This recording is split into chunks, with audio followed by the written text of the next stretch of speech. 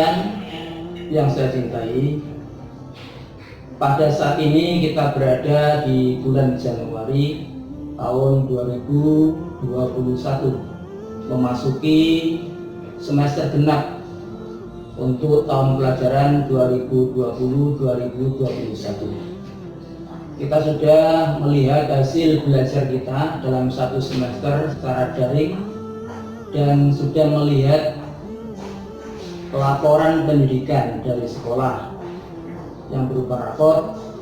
Tentu saya berharap capaian yang sudah anak-anak peroleh lewat nilai akademik berupa nilai rapor menambah semangat anak-anak untuk terus meningkatkan prestasi akademiknya dengan banyak belajar, tidak merasa puas dengan capaian yang sudah dicapai di semester pertama.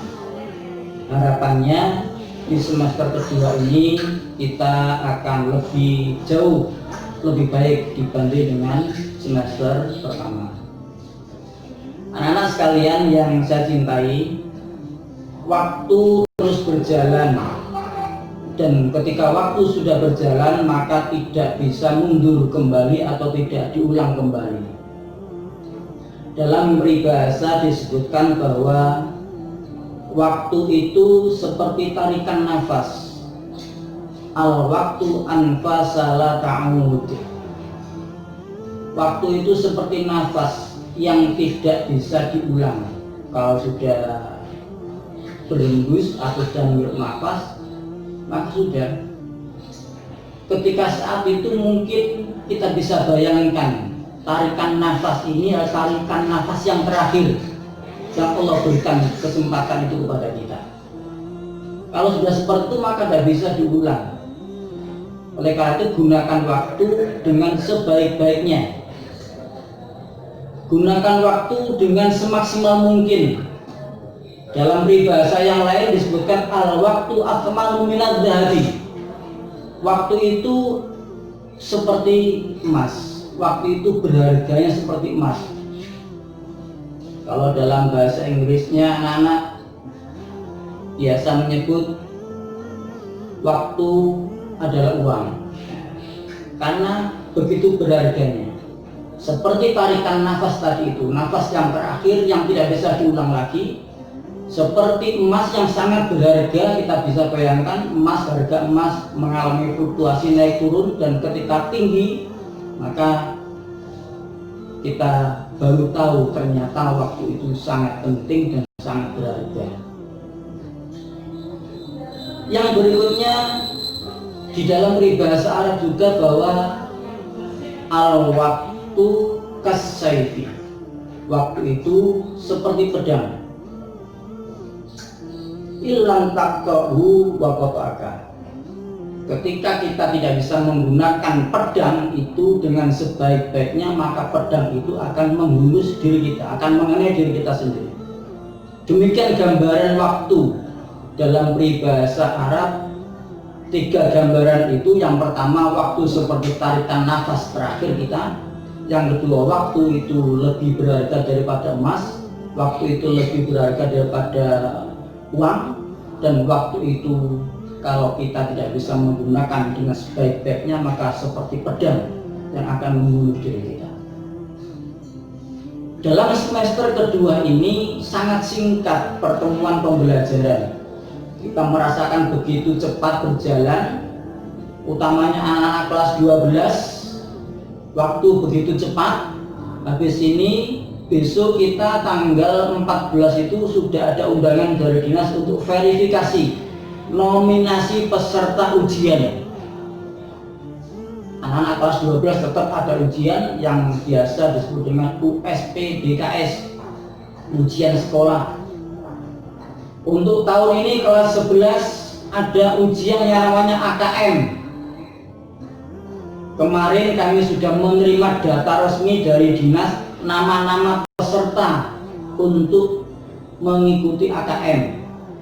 Dari tiap sekolah diambil 45 anak, namanya sudah tertera, dan ditambah dengan 5 cadangan, namanya sudah tertera. Hari ini dinominasi, dicek oleh dinas ke sekolah, Kalau sudah betul datanya dikirim kembali ke dinas untuk ditetapkan menjadi DNT, daftar nominasi tetap peserta AKM.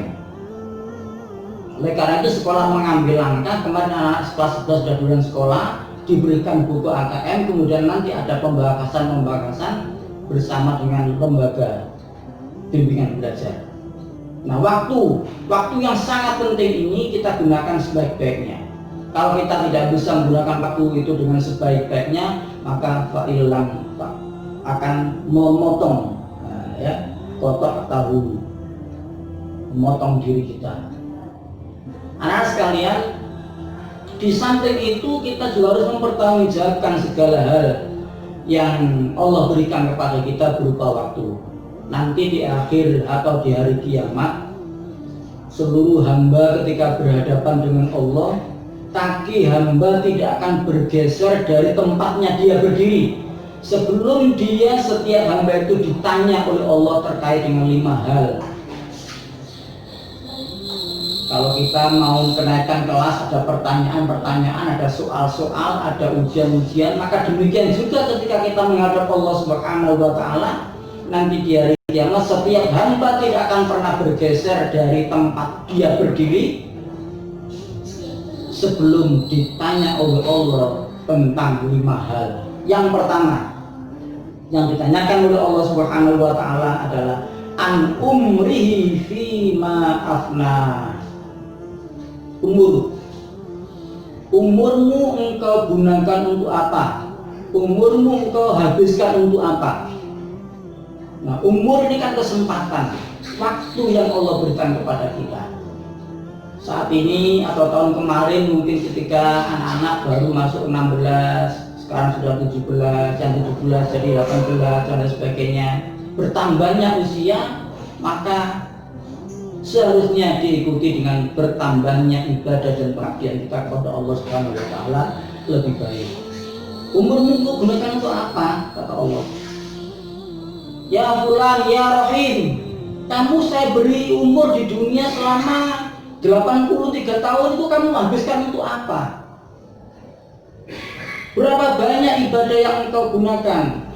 Berapa banyak waktu yang engkau gunakan untuk ibadah, untuk menuntut ilmu, untuk yang lain? Nah, ditanyakan oleh Allah Subhanahu wa Ta'ala, an umri fima afna. Dan yang kedua, an ilmihi fima fa'ala. Ilmu yang sudah kita dapatkan, yang sudah kita tuntut mulai dari TK, kita cari ilmu dari playgroup, dari TK sampai sekarang SMA, sampai nanti kuliah, sampai menghadap Allah Subhanahu wa Ta'ala. Ilmumu itu engkau gunakan untuk apa? Engkau amalkan apa? An ilmihi fima fa'ala. Ilmu. Jadi setiap yang kita lakukan, ilmu yang kita lakukan ada pertanggungjawaban, dimintai pertanggungjawaban oleh Allah Subhanahu wa Ta'ala. Dan yang ketiga, an malihi min aina tasabahu wa fima anfaqahu. 2 pertanyaan langsung oleh Allah Subhanahu wa Ta'ala terkait masalah harta benda. Engkau aku beri rezeki, harta benda ini engkau gunakan, engkau dapatkan dari mana rezeki ini? Hartamu engkau dapatkan dari mana dan engkau belanjakan kemana? Anak-anak sekalian yang saya cintai, kemudian yang terakhir wa an jismihi fi ma'abla. Dan badanmu, tubuhmu yang sehat itu engkau gunakan untuk apa? Badanmu yang sehat, fisikmu yang sempurna, engkau habiskan untuk apa? Sementara ada orang-orang yang tumbuh dengan kekurangan, segala kekurangannya, dia lebih banyak mengabdi, lebih banyak ibadahnya kepada Allah. Sementara kamu, kata Allah, engkau aku berikan jasad, engkau berikan badan yang sehat, yang sempurna, tapi kalah dengan yang tidak sempurna. Bisa jadi pertanyaannya seperti itu. Nah, oleh karena itu anak sekalian, mari kita kembali pada persoalan waktu yang sangat berharga, yang sangat sempit ini.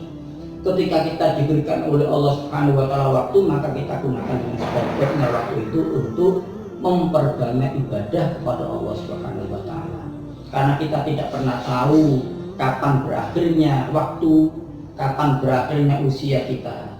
Yang paling jelas adalah ketika idza jaa ajaluhum la yastakhiruna sa'atan wa la yastaqdimun. Setiap manusia itu punya ajal, punya batas. Semuanya ada batas, ada ajalnya. Sampai pada piring, gelas itu ada ajalnya. Sampai pada HP yang anak-anak gunakan itu ada ajalnya. Tidak mungkin HP itu kemudian terus beli pertama sampai kemudian tidak pernah rusak. Tidak.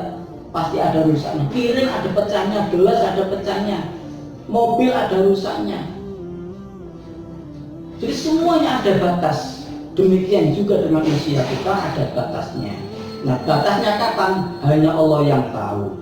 Nah, karena hanya Allah yang tahu, maka yang paling penting bagi kita adalah mempersiapkan dengan sebaik-baiknya, menggunakan waktu dengan sebaik-baiknya untuk lebih dekat kepada Allah dengan berbanyak ibadah, berakhlak yang baik kepada Allah, akhlak yang baik kepada Rasulullah, akhlak yang baik kepada orang tua, akhlak yang baik kepada guru, akhlak yang baik pada sama manusia, bahkan sampai pada lingkungan berakhlak baik.